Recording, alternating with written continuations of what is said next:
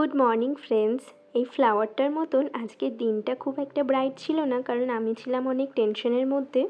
আজ ছিল আমার এক্সাম আর অনেক দূরেই সিট পড়েছিল, তাই সকাল সকাল নিজের ব্যাগ গুছিয়ে জলদি রেডি হয়ে নিলাম। দেন টিফিনে খেয়ে নিয়েছিলাম একটা রুটি, সন্দেশ আর কুমড়ো ও ছোলা দিয়ে একটা সবজি। দেন পচমাকে টাটা করে ও তার ব্লেসিং নিয়ে বেরিয়ে পড়লাম। 10:30 নাগাদ রিপোর্টিং টাইম ছিল, তাই 1 ঘন্টা আগেই বেরিয়ে পড়েছিলাম। আমি আমার দাদার সাথে বাইকে করে গেছিলাম। আমার ম্যাক্সিমাম এক্সামের সিটগুলো দুর্গাপুরের সনকা ইনস্টিটিউটে পড়ে থাকে, যেখানে আমি 1 ইয়ার আগে অ্যাকাউন্টেন্টের জবও পেয়েছিলাম, কিন্তু অনেকটা ডিস্টেন্সের জন্য বাবা এখানে জয়েন করতে দেয়নি। যাই হোক, আমার বরাবরেরই ইচ্ছা গভর্নমেন্ট সার্ভিস করার। তো এক্সাম দিয়ে বাড়ি ফেরার পথে রাড়েশ্বর মন্দির পড়ে, তো সেখানে প্রণাম করার জন্য গেছিলাম।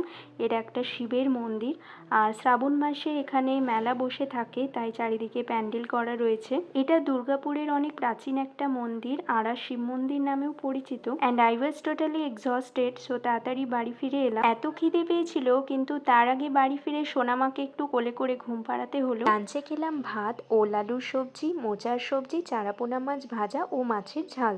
একটু ঘুমিয়ে উঠতেই দেখি বাইরে ঘন কালো মেঘ হয়েছে। এই মোমেন্টে একটু এনজয় করিয়ে নিয়ে টিউশন পড়িয়ে নিলাম। ইভিনিংয়ে আমাদের বাড়ির সেলিব্রিটিটাকে দেখতে তার ছোট ছোট দিদিভাইরা এসেছিল। রাতে আমি অমলেট বানিয়ে নিয়েছিলাম, আর ডিনারে খেলাম গরম ভাত, সবজি, ডাল, আলু মাখা ও ডিমের অমলেট। তো আজকের মতো bye, see you soon my next blog.